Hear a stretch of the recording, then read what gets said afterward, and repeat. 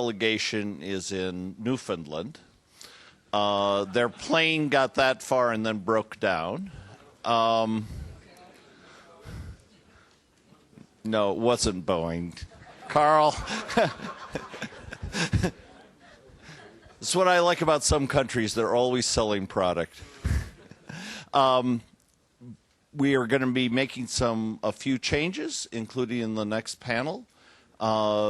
There was a terrific effort to have a great delegation here, and, you know, you just can't work against the odds sometime. So one of the issues, as I mentioned last night, that many people, you know, urged us to put much more to the forefront is climate change. And today we have a really terrific panel. And let me start by introducing the moderator, Katrin Mueller-Walde, who's one of the key people at ZDF Television in Germany, one of their major anchors. And she's agreed very kindly to moderate this session. Katrin?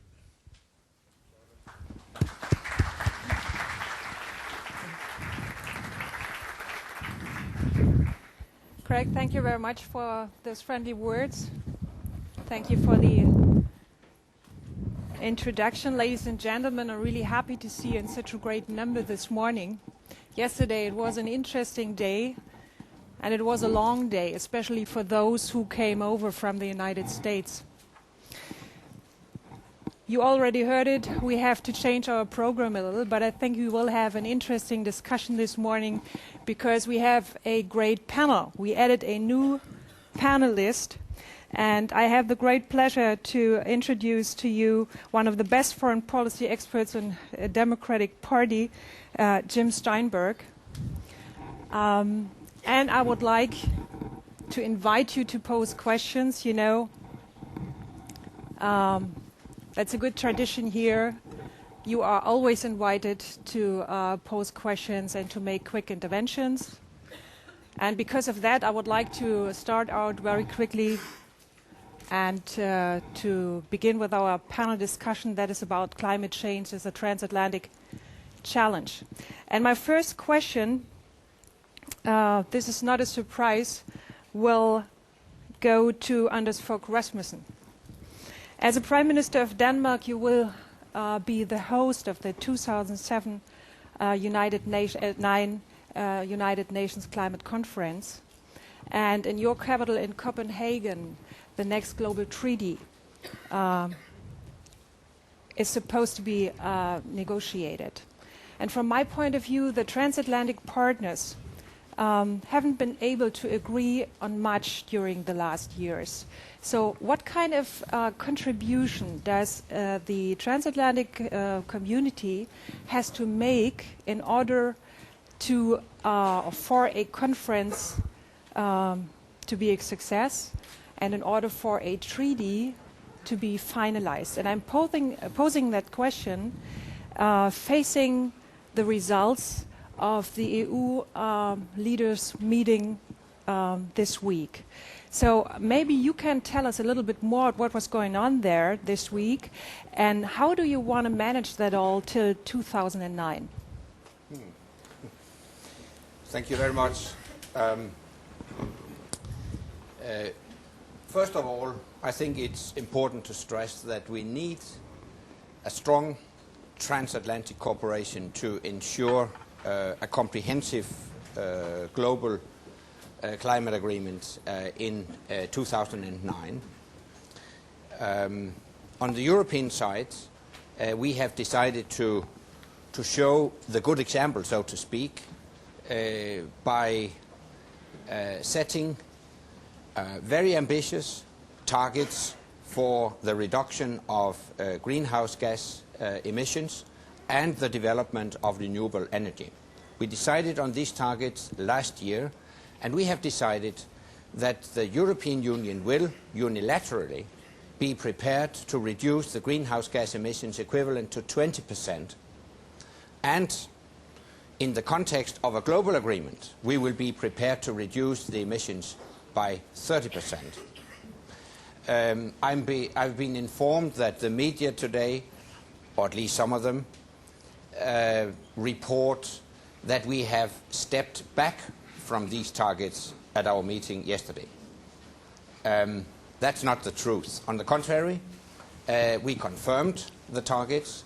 Of course, we have discussed instruments, ways and means to achieve the targets, but I would like to stress we stick to the targets. And that's our approach, binding targets for reductions in emissions. On the American side, we need a strong American leadership in our endeavors to take all major emitters on board in a comprehensive global climate agreement. We need the United States as a part of an agreement because the United States is by far the largest emitter in the world. We also know that a prerequisite for taking the United States on board is that China and India will participate in a global agreement.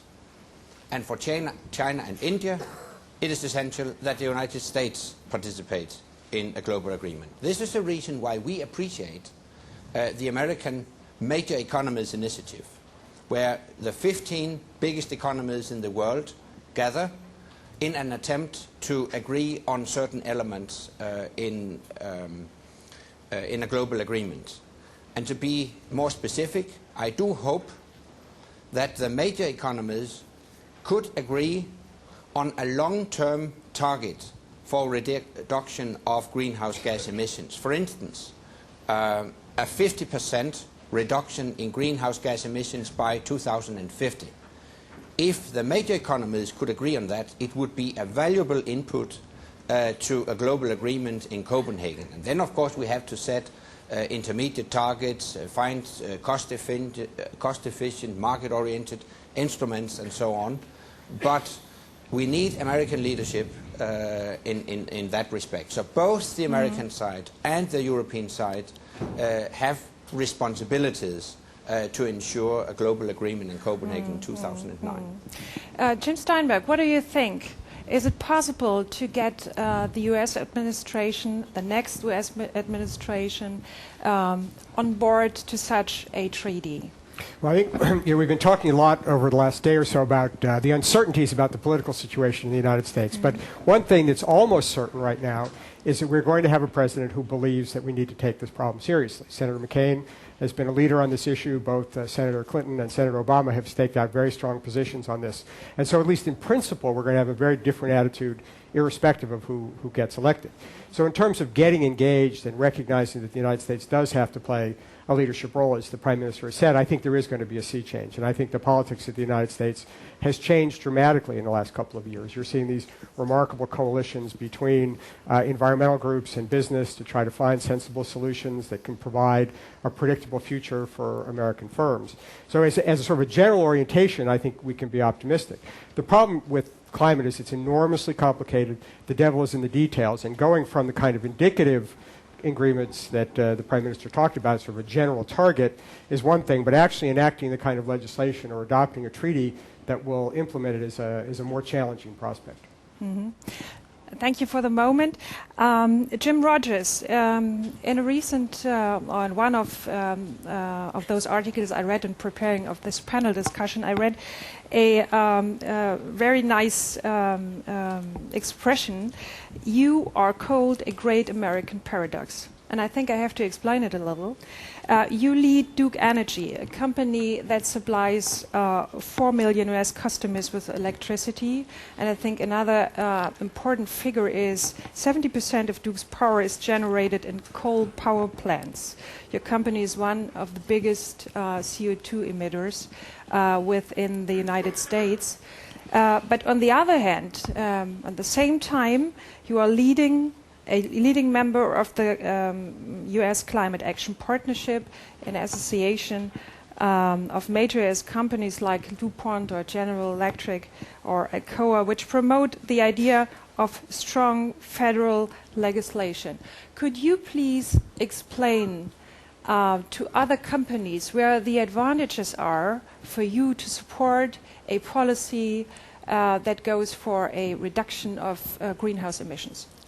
I think probably the best starting point for me is to really define the carbon footprint of our company a little more, because it's in that context that we've developed actions and plans going forward. There are 3 numbers that are important for y'all to understand about our company. And the 3 numbers are 3, 12, and 41. Of all the companies in the United States, we're the 3rd largest emitter of CO2. Of all the companies in the world, we're the 12th largest emitter of CO2. And if we were a country of the 192 in the United Nations, we would rank 41st. I share that with you not to brag.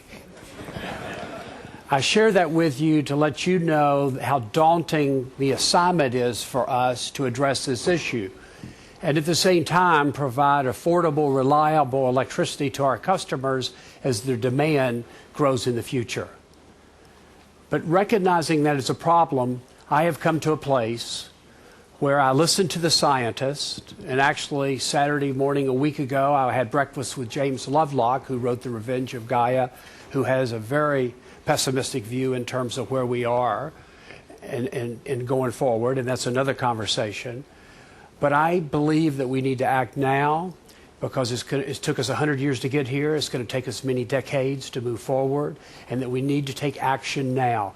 And one of the reasons that we were a founding member in USCAP, and USCAP is a unique thing in America, because you take major corporations in America like GE, like DuPont, like Alcoa, our company and many others, joined together with 4 major NGOs and called for 60 to 80% cuts in CO2 by 2050, and said that the government should act now.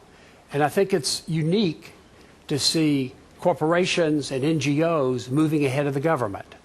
So I think all the legislative action that happened last year, in part, was a consequence of that tipping point and that call for action within the United States.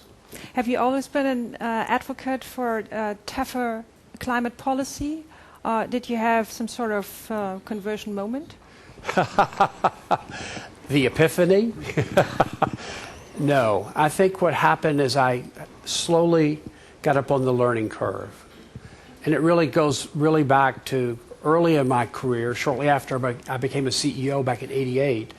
And I had to address the issue of sulfur dioxide because we own so many coal plants. And actually, that was the first, that legislation back in 1990 actually adopted cap and trade, which became kind of the cap and trade approach, which we support now on a nationwide basis. But I think over time, as I learned more about it, and actually a lot of my learning came almost a decade ago, is because I've been attending the World Economic Forum. I've started listening to the debates here in Europe. And then as I learned more and more about the issue, because the debates here were more sophisticated, more advanced than debates we were having in the U.S., as a consequence of that, I started learning about it, and it gave me a little head start on the issue when we started to seriously address it within the U.S. But why can't you convince more of your CEO colleagues, for example? I think I actually, and I'm going to say this in a self-serving way, but to say it in a way to show how the process works, I just completed the chairmanship of the Electric Industries Association. And the good thing that happened on my watch is our industry changed its position of saying no to regulation and only voluntary measures, and actually have moved to embrace carbon regulation going forward.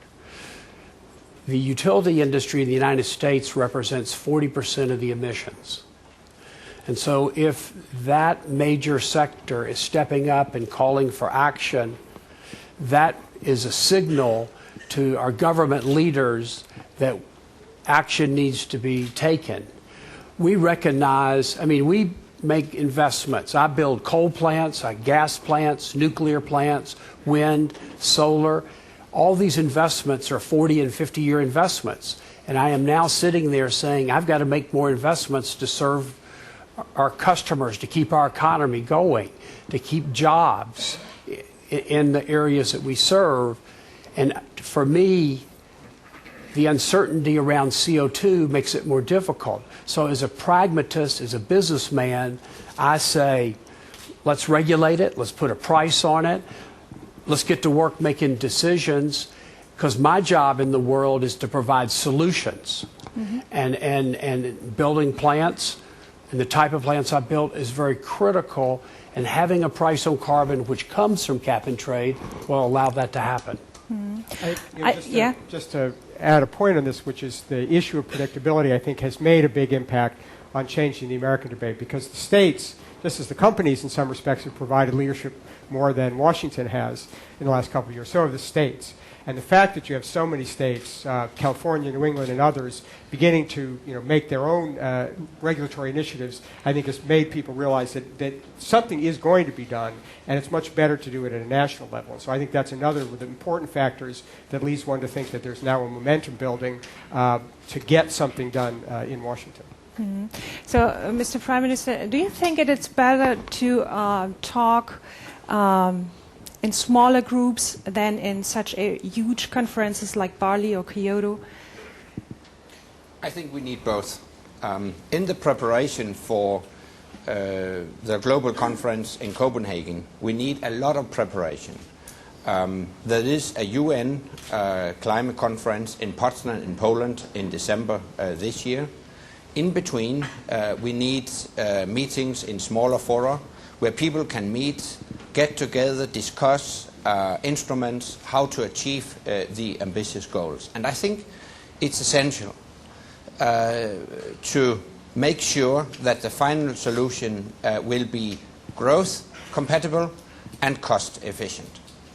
We need to combine continued economic growth and our endeavors to prevent climate change, because the poor countries have a right to continue their endeavors to eradicate poverty.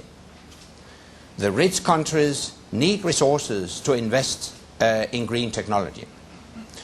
And I think it is possible to combine the two. And I can use my own country as an example. During the last 25 years, the Danish economy has grown by around 70%. During the same period of time, we have seen zero growth in energy consumption. So we have decoupled economic growth and energy consumption, and at the same time developed renewable energy. 20% of our electricity is produced by wind power, for example. And we will proceed in this direction: increased energy efficiency, more renewable energy. And I think it is possible for all countries in the world. But what are the lessons you can offer to the others, to Jim Rogers, for example, or to people in other countries? So, in fact, you decoupled the economic growth and the growth of emissions. So this is a very special point and a very important point. So how did you do that? Well, I think the main message is that climate policy can be turned into profitable business. That's the main message, and a very important message. And we need engagement by leading business people in this process. We have developed a strong environmental and energy sector in Denmark. I think we have established around 10,000 windmills in the United States. The United States is one of our main markets for wind power. And all in all, Danish energy technology exports represent around 8% of our total exports. So we have turned all these efforts into business. But if it's so easy to build up a green industry, why don't we do this all over the world? Well, I think we need a global carbon market. We need to use market instruments to make sure that all these things can be turned into profitable business. Well, a very simple system. I do realize that it's too simple, but just to illustrate the problem. A very simple system would be to make a global agreement on an average emission per capita globally. That's what we can afford in the future. X tons per year per capita. Okay. Those countries that emit above the average can then either reduce their emissions or buy quotas from those that emit below the average. And then we have a price at a global carbon market. Well, it's too simple, but based on that, we could develop a global carbon market, and through buying and selling quotas, we can generate revenue which can be used to finance dissemination of green technologies to less prosperous countries, etc. So it is possible. It's only a question of political will. Jim, do you want to add something? I think I would defer to the Prime Minister on that point, but make an observation. I think to build the debate around a per capita, GDP per capita, or carbon per capita, or energy use per capita, CO2 emission per capita, as I Chancellor think that, Merkel proposed. I think that's a dangerous approach for a couple different reasons. It really brings into light the inequities in the world, and a couple different points. One is, I believe in the politics of possibilities, not the politics of limitations and punishment. And in a sense, as we craft a way forward, while we don't have the right in Europe or the United States to tell the Chinese or the Indians, we have no moral right to tell them they can't aspire to have GDP per capita the same as ours. But what we recognize is, as their GDP per capita grows, their energy use automatically grows and their carbon emissions grows. But there's also been studies that say that the higher the GDP per capita in a country, the more responsible they are, and their environmental actions are far superior than those countries that are poorer. In the same way, it would be politically unacceptable in Europe or the United States to say that we're going to pursue a policy that's, at the end of the day, going to translate into GDP per capita either declining, which would be totally unacceptable, or even flat would be unacceptable, because our citizens have grown up with and are comfortable with GDP growing modestly per capita, with the notion that the next generation will have a better world than the generation that we live, or the prior generation. So I would suggest respectfully that that approach really focuses the inequity on the inequities and the differences, and that we need to find a better way. And I think a better way involves two things. One is that we need a cap and trade system. I think what the EU has done on their cap and trade systems, there's been some missteps, but good learnings, and a lot of people that are against carbon in the U.S. like to point to the EU shortcomings, but quite frankly, I think we learned from that and we'll be better. And Europe is going to be better on the trading system, and everything will be better as a consequence of the experience that y'all have had. And so I think we need a trading system with a cap. The second thing I'd quickly say is we cannot build in this world a bridge to a low-carbon world without technology. We need to make billions of dollars of investment in technology. And just for my sector, every way you generate electricity needs new technologies. Wind and solar. We need storage technology to allow them to contribute in a low-carbon world. Coal. If we could find a way on carbon capture and sequestration. In the U.S., 50% of our electricity comes from coal. That would make a huge difference, and particularly in the context of the Chinese, which would build 800,000 megawatts over the next 8 years. So we need that technology. We don't even talk about how to take out carbon from gas, which has about 40 to 50% of the carbon of coal. Nuclear, I know, there's a renaissance occurring on nuclear in the U.S. because it's the only source that has zero carbon emissions.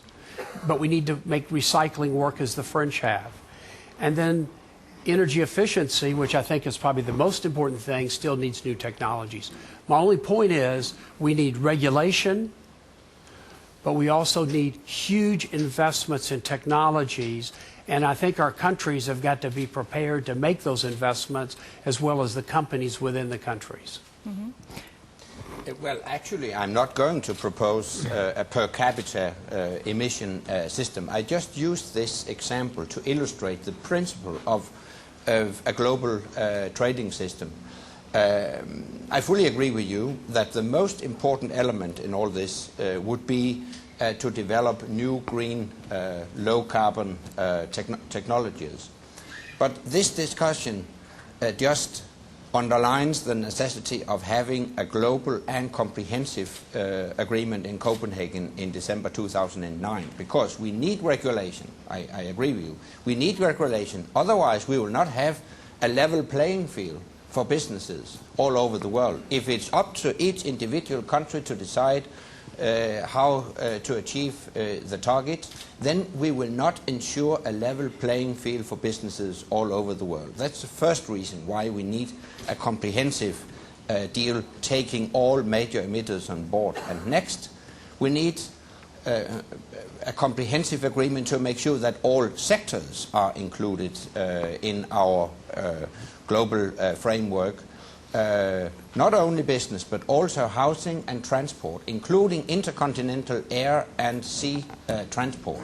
Not to speak about deforestation, which is also a very important part of our endeavors. Mm. So I don't think we disagree at the end of the day. This per capita system is too simple, but it's a good way to illustrate the principle of a global trading system. But these are, important observations that the Prime Minister has made, and having given sort of the optimistic side about the fact that I do think there's a broader political change in the United States. The kinds of issues that he's just identified are enormously complicated and enormously controversial in the United States. And the timetable that we're talking about, frankly, is hard to imagine that a new administration could conceivably meet in the kind of comprehensiveness that the Prime Minister has talked about. We don't have an agreement to cover all sectors, for example. If you look at the legislation in Congress, many of the bills which have the broadest support exempt sectors like the residential sector. We have lots of debates about some of the points that he's raised, and the plausibility of a new administration coming in with only 10 or 11 months to get its act together, to come up with a proposal that has a broad base of support in Congress, that won't be, as we like to say in the United States, dead on arrival with the Congress, is very difficult. And so I do think, as we think about the Copenhagen Summit, I think that we're in a better place now than we were going into Bali. We will be in a better place after January of 2009. But I think there's a reality about our own timetable in the United States that means we have to think, as we look towards Copenhagen, about how far the U.S. process can reasonably get in that time frame, what we should, so that Copenhagen can be a success for everybody rather than a glass that's half empty. In other words, you aren't optimistic that a global treaty will be finalized till 2009? I guess what I'm saying is that there's a risk that if we rush to do a full treaty, as I said, because the details are so important and so complex, that you run the risk that you have something that's incompletely digested by the American political system. And so I think that's going to be an immediate challenge for the next president, is to engage with particularly starting with our friends in Europe, with Japan and others, to try to think about how do we make Copenhagen a success in ways that not only leads to an agreement, but one that can actually be adopted in the United States. I mean, I think that having gone through the experience in the Clinton administration with Kyoto, where we were determined to try to be a constructive participant, we also dealt with the fact that we hadn't fully brought Congress aboard, and we had problems. And we knew, as we were involved in the Kyoto negotiations, that the fact that, at least in its initial terms, Kyoto excluded the developing countries was going to be enormously problematic.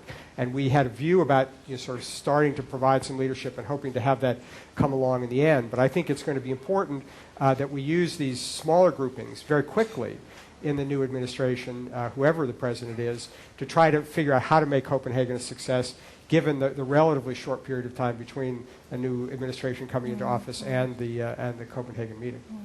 I would like to talk about another topic with you, because in the end of the day, it comes down to the question, does climate protection impede global economic growth? And if yes, how will these losses be allocated? If we try to imagine what kind of view the northern countries have, if we want to talk about reducing greenhouse gas emissions, and what kind of view the southern countries have, there's a huge difference in perception. So, which answers do you have? For example, for China, for example, for India, for Brazil, etc., etc. They expect that the northern countries pay for everything that is connected to save the world. So, what kind of answers do you have? Well, obviously there is a cost of action. There are a lot of surveys on that, but my point of departure is the surveys published by the UN Climate Panel. And according to these surveys, there is a cost of action equivalent to around 0.12% a year. Okay, but there's also a cost of inaction, because inaction, climate change means water shortage in some areas, devastation of agriculture in other areas, destruction of residential areas, etc., etc. So there is also a cost of inaction, and according to the climate panel, the cost of inaction is more or less equivalent to the cost of action. So my political conclusion is that provided that the cost of action is more or less equivalent to the cost of inaction, we should act responsibly and based on common sense. That's right. But how can you convince China, for example, to get into the Well, first of all, because China will suffer from the consequences of climate change. So will India. So will other poor countries. The fact is that the developing countries are those who have contributed, or they didn't contribute to climate change to the same degree as the industrialized countries. However, they will experience severe consequences of climate change. But in addition to that, I would say that we need a global financial mechanism to assist developing countries in the financing of adaptation to climate change and the transfer of green technologies. Jim, as a Democrat, would you agree to the solution the northern countries should give technology to China, to India, to everybody, just to make sure that, we save the world? I mean, on the technology issue, there's at least potentially a win-win here, which is it's not just a question of giving it. It's a question of how do you make this attractive on both sides, both through financing mechanisms, through creating tariff-free trade and other things. You wouldn't agree to the point that's a welfare problem?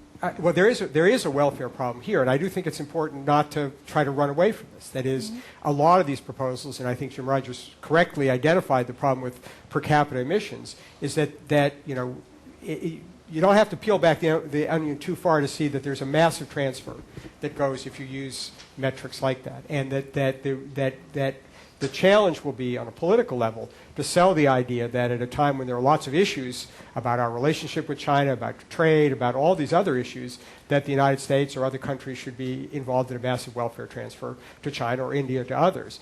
And I think that's a political reality that has to be taken quite seriously. I think the other problem is that when we put on our public policy hat and you net, there's a very powerful case that the IPCC has made for the fact that it's either more costly not to act, or at least it's a close call. But we also recognize that the people who bear the cost and get the benefits are not identical, both in terms of people who are alive today and for future generations. Much of this calculation is based on the fact that the burdens are borne by later generations. And we know in our political systems how hard it is to take decisions keeping in mind the welfare of subsequent generations. We deal with this in Social Security and Medicare and all of our problems.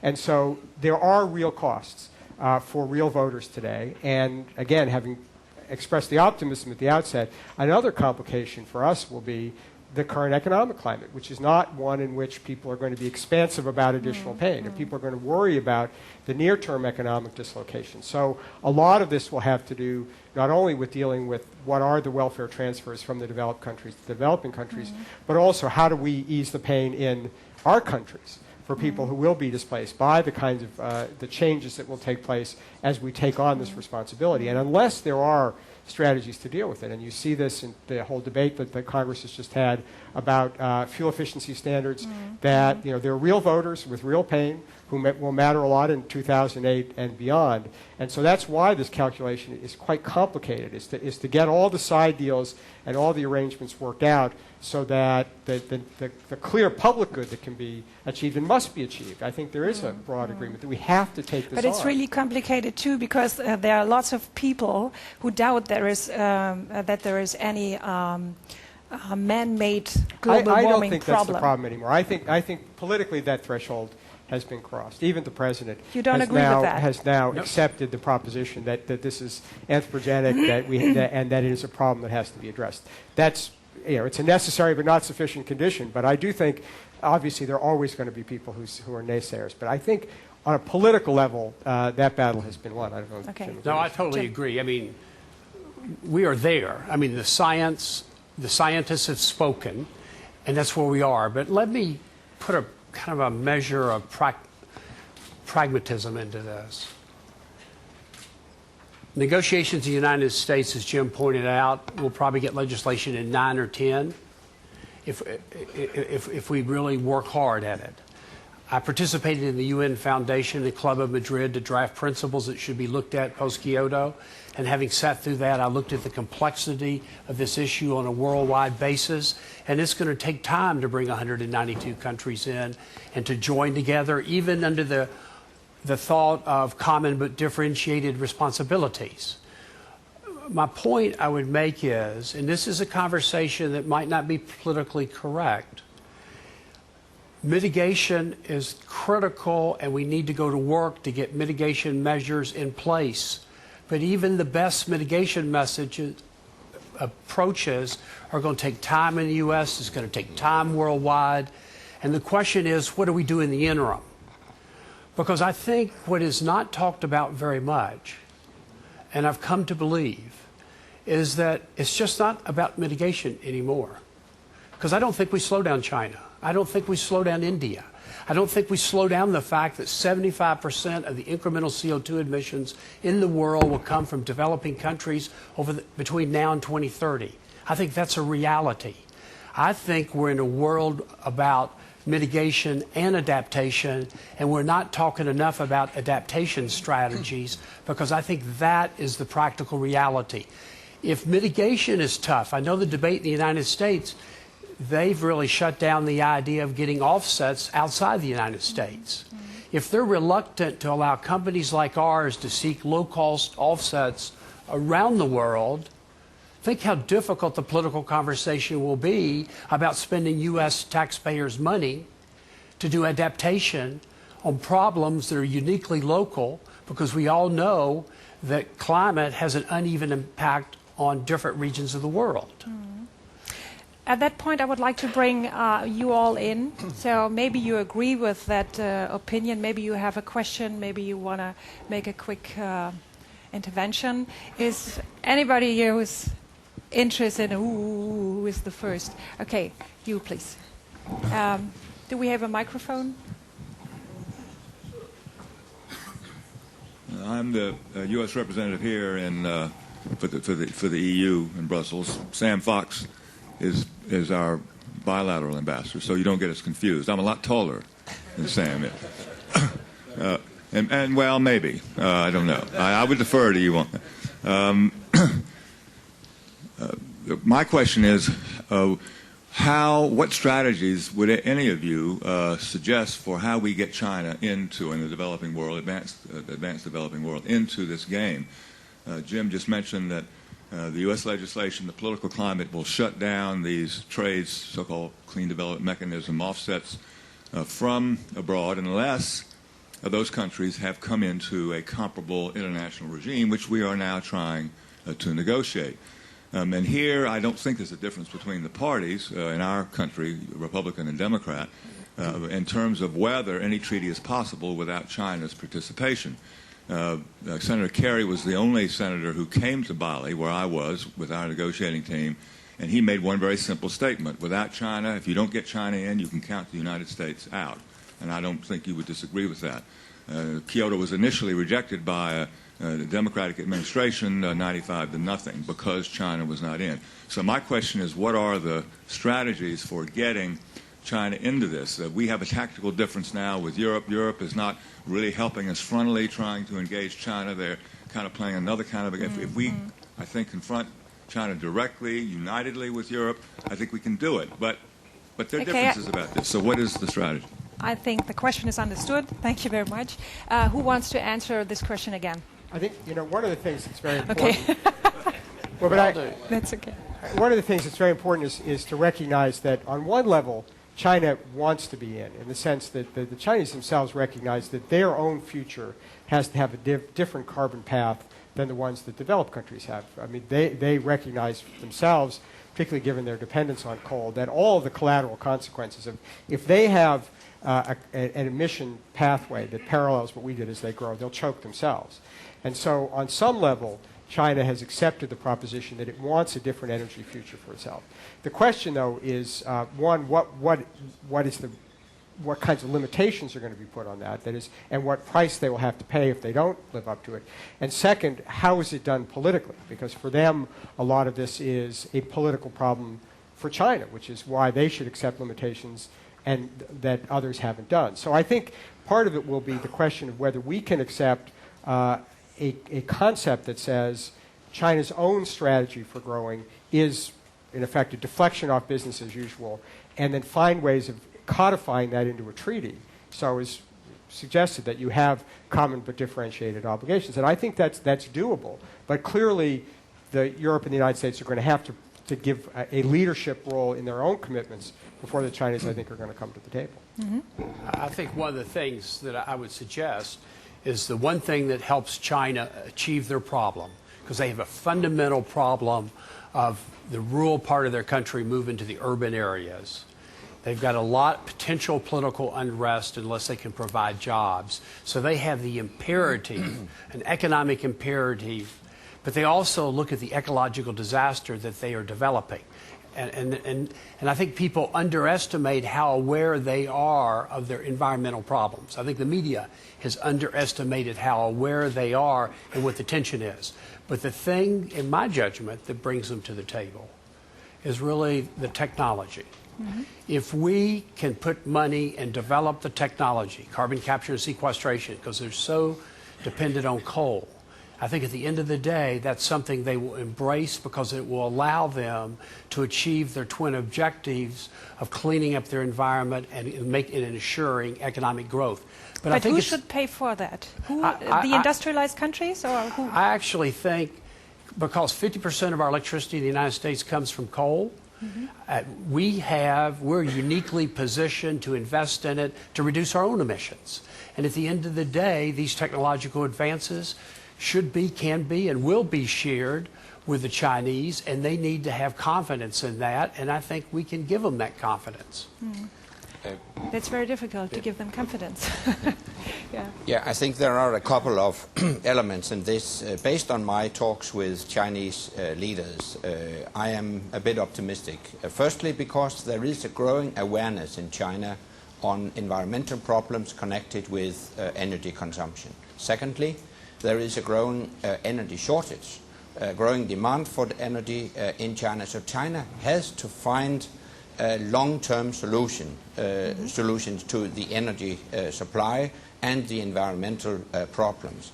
And the best thing we can do is to show a good example, to take leadership. Then I think, also for political reasons, China would like to be a part of a global deal. But we have to take into consideration national diversities. Mm-hmm. Okay, you please. My name is Carlos Pascual from the Brookings Institution. I think you've put your finger on the central issue here. And as one person put it, that for the developing countries to mimic the growth path of the industrialized ones, it's essentially a new form of mutually assured destruction.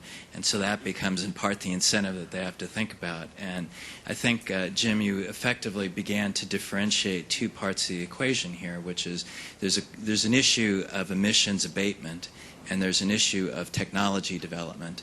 The two are related, obviously, and the central point of relationship is price.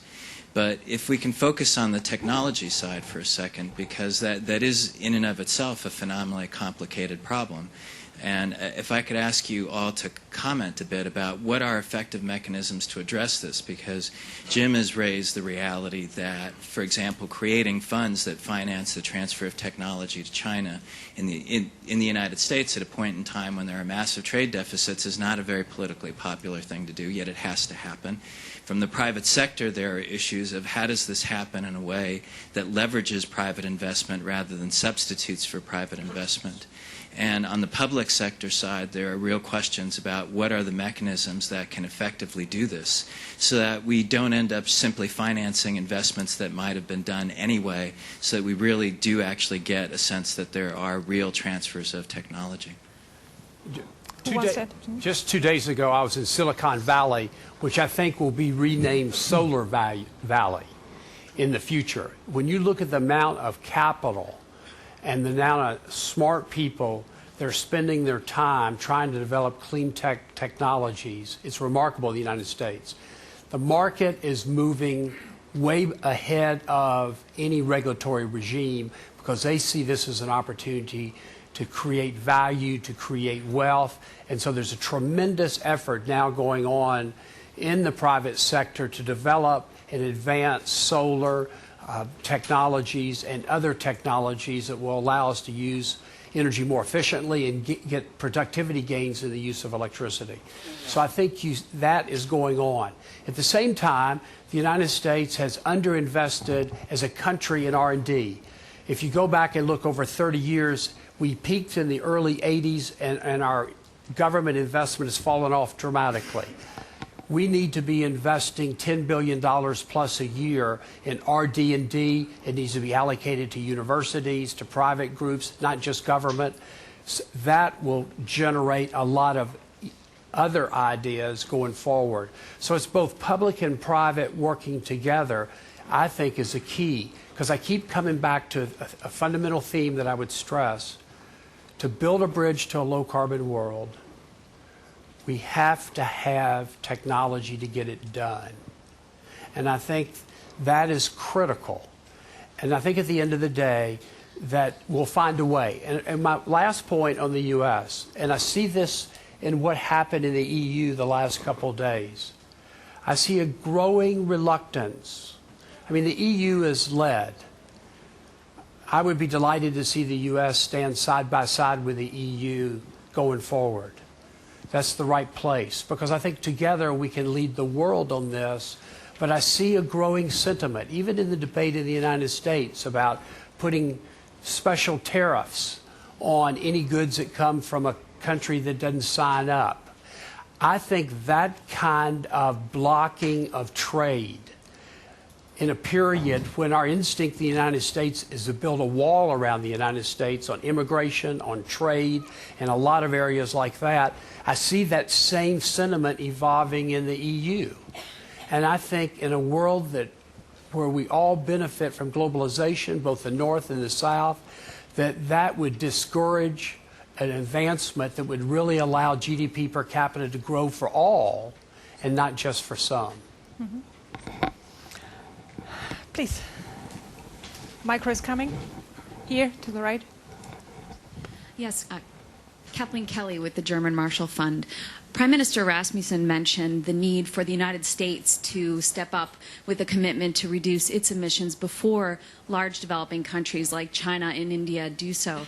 Mr. Rogers, I wanted to ask your view as a large energy company who is calling for the immediate adoption of a comprehensive cap-and-trade program in the United States, to comment in a little bit more detail on what you think the prospects are for the United States to pass a mandatory cap-and-trade program before the end of 2009. And then Prime Minister Rasmussen wanted your view on, if the United States is not able to do so, what does that mean for the international negotiation session at COP15? Thank you. I would first say that Jim had it absolutely right. There is it's not, nothing is for sure in life, but it's pretty close that there will be legislation in 2009 or 10. I think the challenging question is whether it gets done in 2009 in time. That's not so clear to me, because a new administration is going to have to get organized, and that'll take the first quarter of the year. I know a lot of work is going on in Congress today, but as I've walked the halls of Congress and talked to the staffers and different leaders in Congress,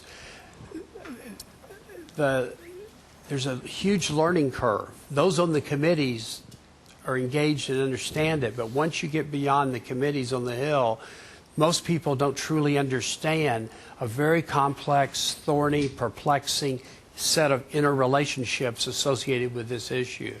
So I'm optimistic we'll do it by 9 or 10, but it's a higher probability it gets done in 10 rather than 9, in my judgment. Well, at this stage, I'm not that pessimistic. A couple of weeks ago, I visited the United States, and I had talks with politicians from both camps. I follow the election campaign closely, and it's clear to me that whatever happens, whatever might be the outcome of the American elections, we will see progress concerning climate change. I visited President Bush at Crawford.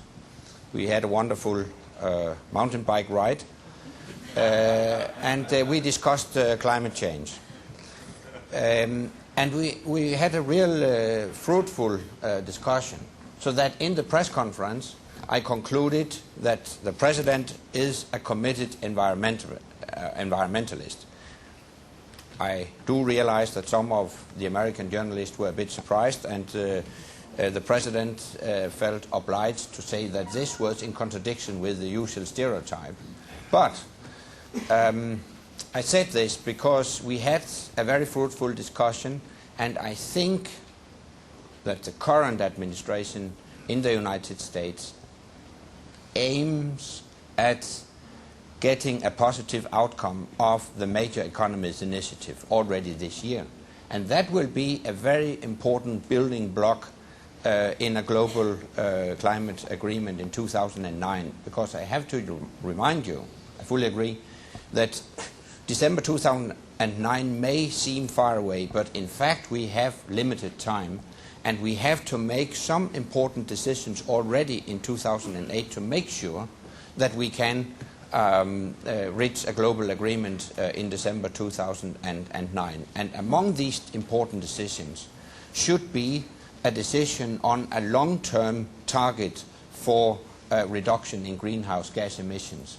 And I wouldn't exclude the possibility that an outcome of the Major Economies Initiative, that an outcome of the G8 meeting later this year could be a long-term target for emission reductions. But how do you... Let me just add a point, because I think it's very important to remember the history here, though. I mean, we all agreed to long-term targets at Rio, and we all know where we've come since Rio. And I think that in terms of working with the U.S. Congress, that obviously we want to go faster rather than slower, but it is, at the end of the day, it's going to be the ability to both ratify a treaty and to enact the domestic legislation that requires it. And there's been a lot of progress, and leadership by people like Jim and others, and the coming together of the outside groups has changed the climate. But even today, Just a few months ago, the Senate Energy Committee reported out the Warner-Lieberman bill, which would not meet most of the requirements that the Prime Minister talked about in terms of comprehensiveness, by only an 11 to 8 vote. Now, the good news is it's the first time that legislation of this sort of mandatory cap and trade with reductions has come out of a Senate committee, but it's still 11 to 8. That's not enough to get it enacted by the Senate to get past the 60%. The climate will change, if I can use the word, once there's a new president. But getting that consensus and building it in the Congress to not only have the long-term goal, which is important, but to actually think about the mechanisms that would have teeth in the United States have to go together. And I would hope that we would find a strategy that both recognizes the importance of a long-term goal, but actually provides the bridge that gets us to that with the kinds of actions that we need to take now that can have the domestic support that they need to have in the United States. Because as everybody has recognized, if the United States doesn't actually do this, the rest of it isn't going to matter very much. Next question. I'm sorry, I have to say something. We have spent already about $40 billion on research. We have now committed another $40 billion in loan guarantees for research and development and deployment. We have just adopted the most sweeping energy legislation ever adopted by anybody, much more aggressive than what Europe is even now contemplating, taking to its own on transportation, taking to its own council and parliament. This gets no press. We are now being criticized in the United States by the Democrats, Bush is, our president, for not going unilaterally by himself further than Congress let him go with the energy bill because Congress didn't give him what he wants, and he's now being criticized for this. We have done a great deal. The stereotype is very, very hard to correct, but I do think we are on a track. We have mandatory limits in 8 sectors, including transportation, which are going to be very hard for us to meet, and they are certainly, I think, the equivalent of anything Europe can do over the course of the next 2 years. And I'm sorry to be a little impassioned about this, but we have sung for our supper. Okay, thank you very much. You wanted to say to ask something. Is somebody here? Yeah. We have 6 guys here holding micros, but. My name is John Kornblum. I'm a former American ambassador, and I now live in Berlin. And I think that this discussion, unfortunately, is turning out the way most of these discussions do, and that is each side proving how better it is or how more correct it is. And I think that before we make much progress anywhere on this issue, 2 things have to happen. First, the United States and the European Union have to understand that at least 50% of this discussion is about who is more right than the other. And this, unfortunately, became very pointed in the way that the Kyoto Agreement was finally negotiated and agreed. Jim has talked about that. I was part of that process too, and it was not anything the United States was happy with when it was signed. But secondly, of course, President Bush did put the icing on the cake, if you will, by unilaterally just dumping it after he got into office. He wanted to prove that he was more right than the Europeans, and the Europeans have now taken this up almost as a rallying cry to show that they're stronger than the United States. I'm not going to put any blame anywhere, but that's the fact. Mm-hmm. There are lots of economic costs. European industry is not as in favor of this agreement or this process as many would like you to believe. If I live in Germany, the predictions are that Germany is going to run out of electric producing capacity in about 10 years because of a number of things, including the unwillingness to consider nuclear power. And so there is, in addition to the strong commitment by the Danish Prime Minister, there's a person in Copenhagen, a professor, who gives a very good case for different approaches to these issues. And I think until the United States and Europe somehow decide that it's not about who's the tallest and who's the strongest, but about doing something about emissions, we're just going to have this discussion for the next 10 years. Thank you. Is any German expert here who wants to answer? Nobody? Okay. Next question, please.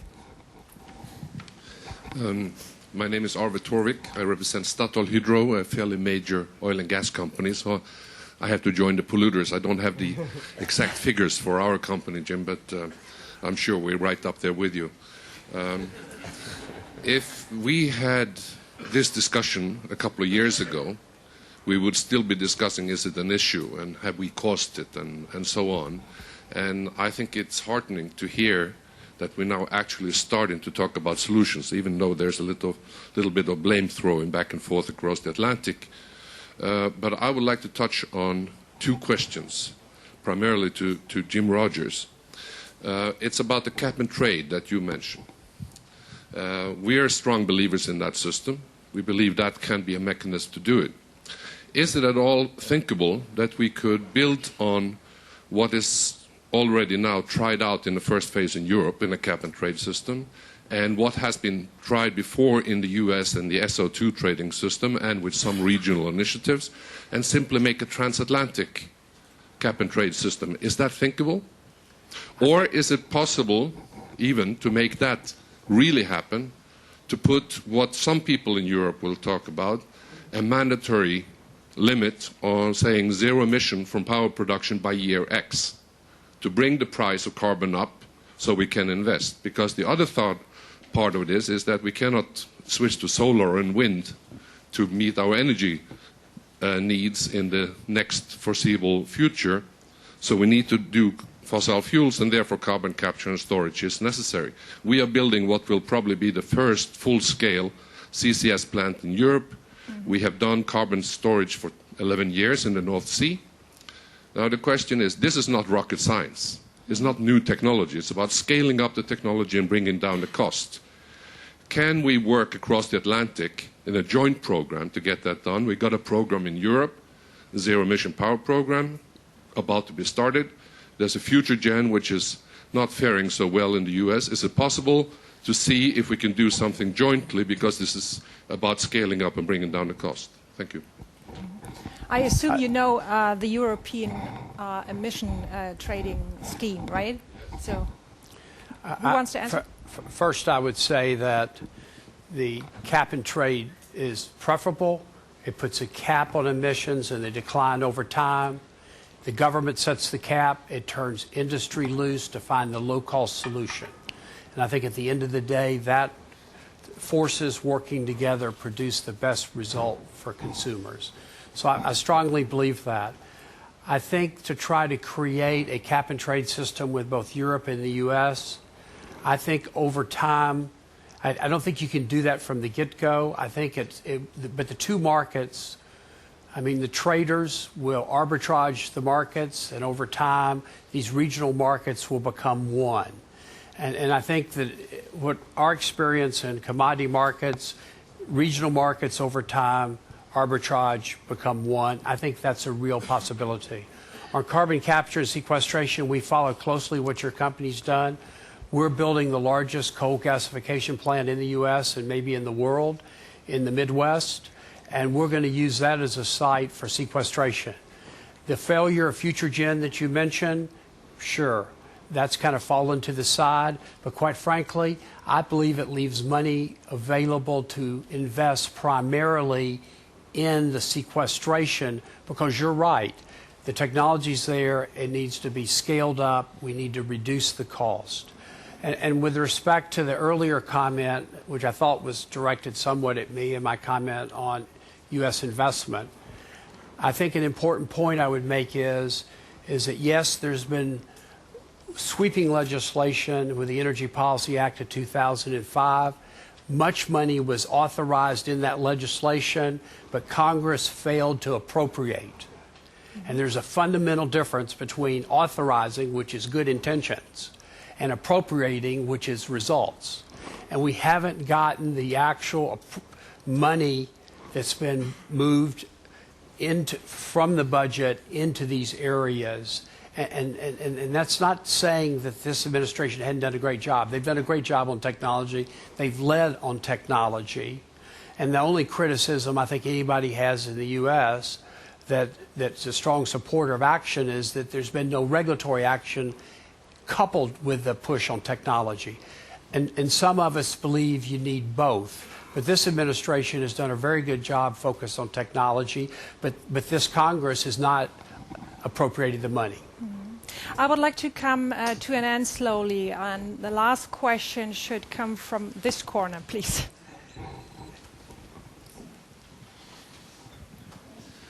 Andreas Krämer from Ecologic, and it's actually two questions, thank you, but they relate to how we can work across the Atlantic. And the first one goes to Jim Rogers. When you look at the images here, it is all about renewable energies. And if you think about that, and if you see how the smart money in Silicon Valley is going into intelligent utility networks, into smart grids, into the marriage between information technology and the electricity grid, where do you see the role of a utility like Duke Energy in the future? How are you going to reinvent the utilities so that they have a place in the future? And behind that, what do we need as a dialogue between the US and the EU on this? Do we need a transatlantic dialogue on smart grids in order to make sure that the standards that the products will have to fulfill agree and that we don't throw up barriers? And to the Prime Minister, Your Excellency, one of the areas that changes quickest at the moment is the Arctic environment. The ice melt is very fast, the shipping lanes are opening, there is a competition for the resources, for sovereignty issues. There will be changing borders, international borders between countries as the sea level rises and the outposts are submerged. We will have to redraw lines. Isn't this an area where the Europeans and the Americans and all the other partners around the Arctic Circle should begin dialogue now in order to manage the conflicts there? Do we need a moratorium on exploration as we have in the Antarctica? Some people ask for that. What sort of model do we need, and how you, as Denmark is responsible for Greenland, so you have a border conflict with Canada as well as with Russia over that, how do you see that going forward? Thank you. I can respond to Mr. Kornblum's question, but I can't speak on behalf of Germany. I can only comment if you like, but we'll do that later. Later, please. Who wants to answer? I would start by simply saying that, yes, there's significant money going into renewables.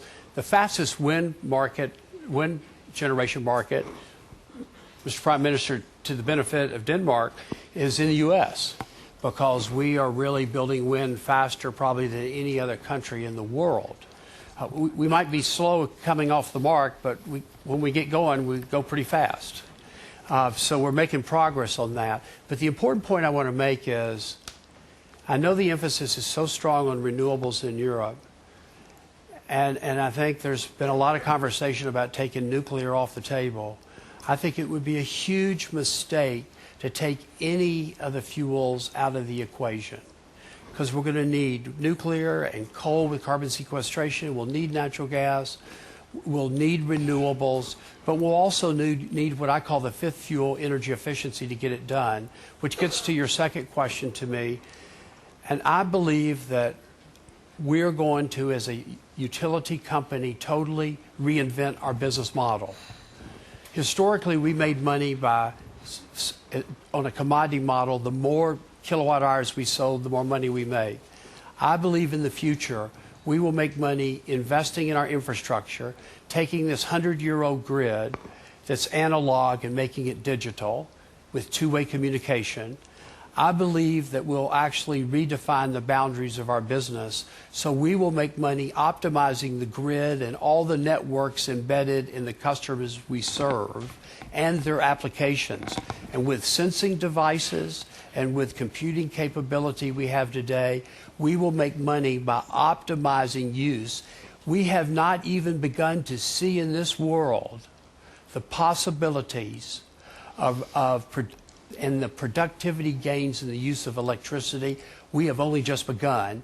And while electrification of the world was a 20th century achievement, the greatest achievement in the 21st century is going to be our model changed, our focus different, and this notion of huge gains and productivity gains in the use of electricity. Mm-hmm. And a short answer. About the Arctic, you're quite right. A lot of things are happening in the Arctic right now.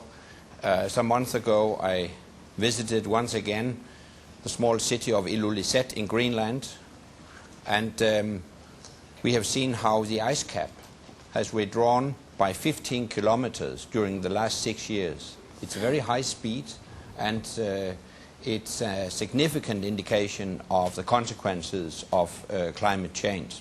And you're also right that we will be faced with new challenges in the Arctic region because of climate change. Some countries now claim parts of the region around the North Pole. It is regulated by an international convention.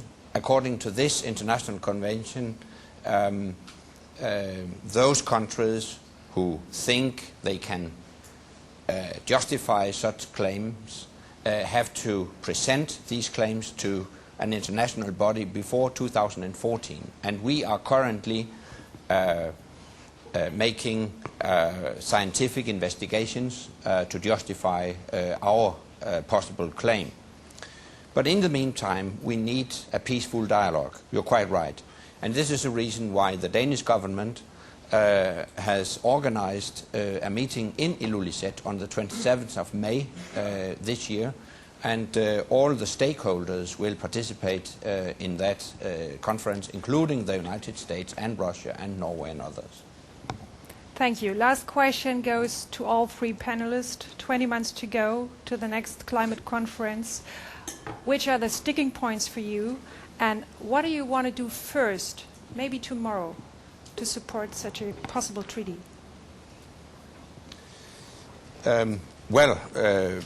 We are working every day, I would say, and I believe that. we have to make we have to make important decisions already in 2008. There are many stakeholders. There are many forces who work together, and we need joint efforts. And to ensure that we can coordinate all these endeavors, the UN Secretary General Ban Ki-moon has decided to establish a coordination group consisting of the past, the present and the coming presidencies of the UN climate conferences, that is the Indonesian president, the Polish prime minister and myself, and we will try to coordinate all these tracks. So it's an ongoing work. But I think first and foremost it's important to show the good example, to make sure that we can get all major emitters on board. The European Union has made important decisions, and we stick to these decisions. And let me once again mention my own country as an example. Denmark is a very small country, but I know that there are a lot of skeptics, not least in the United States. But please look at my country. We have combined economic growth and a committed environmental policy. We have combined our endeavors to improve environment and a strong competitiveness and job creation. Denmark is really among the most competitive countries in the world, and at this stage our currency is also stronger than the US currency. So I think it's an example that you can turn environmental policies into profitable business. So let me conclude by saying that at the early 60s, President Kennedy set the goal that mankind should reach the moon. I think time has come to set the goal for the next generation that mankind should reach a low-carbon economy. Thank you. Jim Rogers. Your comment is almost a perfect segue into the point that Neil Armstrong served on my board of directors for over a decade. And I used to start every presentation where I needed his vote with one small step. I always got the vote. Let me say that I think the Prime Minister has set the stage right by talking about we need to have a clear vision. It has to be inspiring to bring people together to make this a reality. My hope is that from a private company's perspective, that we go to work while the world leaders are debating how best to do this, that we go to work and invest in energy efficiency. We encourage our governments to invest in research and development, recognizing that Those are two things that we can do today to reduce our carbon footprint and be able to cross this bridge to a low-carbon world. So I think there's a role for us to play. I also think there's a role for us to educate our government leaders as to the best way forward. And I think that talking about, there's going to have to be a transition period. We just can't jump into this, and getting the transition period is right and important.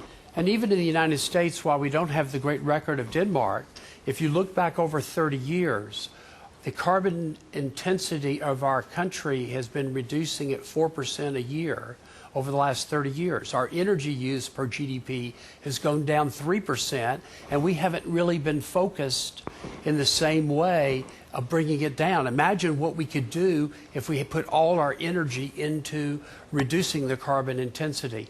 And I think we will. And my aspiration for the U.S. is that we take action, regulatory action, so that we can participate as a full partner in these discussions going forward. Mm-hmm.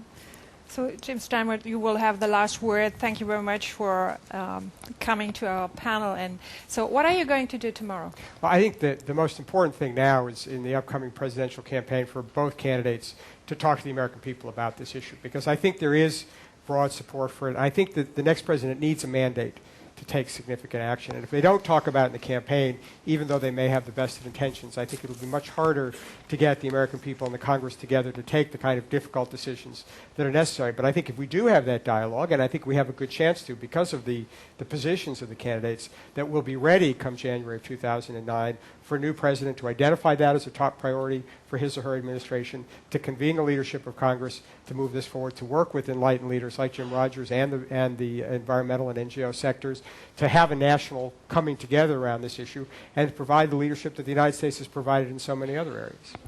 Okay. Gentlemen, thank you very much for your statements.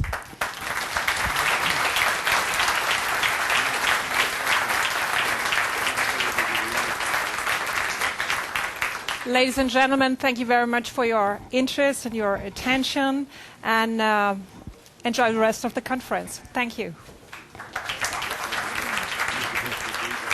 Thank you. Coffee break outside, and then back here for Sovereign Wealth at 11:30. We got a great lineup. Thank you so much. Thank you. Guys, that was great. The other side of better.